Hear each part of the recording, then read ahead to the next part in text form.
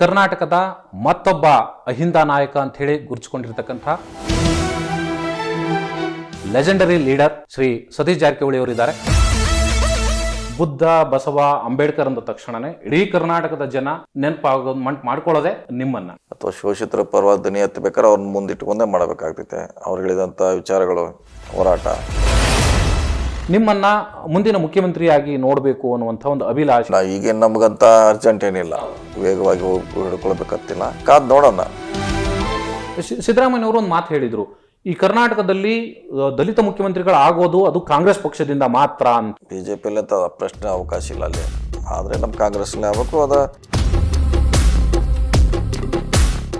ಕಾಂಗ್ರೆಸ್ ಪಕ್ಷ ನೆಲ ಕಚ್ಚಿದೆ ಅನ್ನೋ ಆರೋಪಗಳನ್ನ ಬಿಜೆಪಿ ನಾಯಕರು ಮಾಡ್ತಿದ್ದಾರೆ. ಅದಾಗೋಲ್ಲ. ಒಂದ್ಸಾರಿ ನಾವು ಬರ್ತೀವಿ, ಒಂದ್ಸಾರಿ ಅವರು ಬರ್ತಾರೆ. ಯಾರನ್ನೂ ಕೂಡ ಹತ್ತಿಕ್ಲಿಕ್ಕೆ ಆಗೋಲ್ಲ. ರಾಜ್ಯ ಅಧ್ಯಕ್ಷ ಸ್ಥಾನವನ್ನ ಕೊಟ್ರೆ ನೀವು ನಿಭಾಯಿಸ್ತೀರಾ? ಹಾಗಾದ್ರೆ ಮಾಡ್ರು ಕೂಡ ಹೈಕಮಾಂಡ್ ಡಿಸಿಷನ್ ತೋದಿಲ್ಲಲ್ಲ, ಹೇಳೋರು ಹೇಳ್ತಿದ್ದಾರೆ. ಈಗ ನೆಕ್ಸ್ಟ್ ಏನಾದ್ರು ಸಿದ್ದರಾಮಯ್ಯ ಅವ್ರನ್ನ ಇಳಿಸಿದ್ರೆ ಸತೀಶ್ ಜಾರಕಿಹೊಳಿ ಮುಖ್ಯಮಂತ್ರಿ ಆಗಬೇಕು ಅನ್ನೋ ಖಂಡಿತವಾಗಿ ಅವ್ರ ಅಭಿಪ್ರಾಯವನ್ನು ವ್ಯಕ್ತ ಮಾಡಿದರೆ ನಮ್ಮ ಪಕ್ಷದಲ್ಲಿ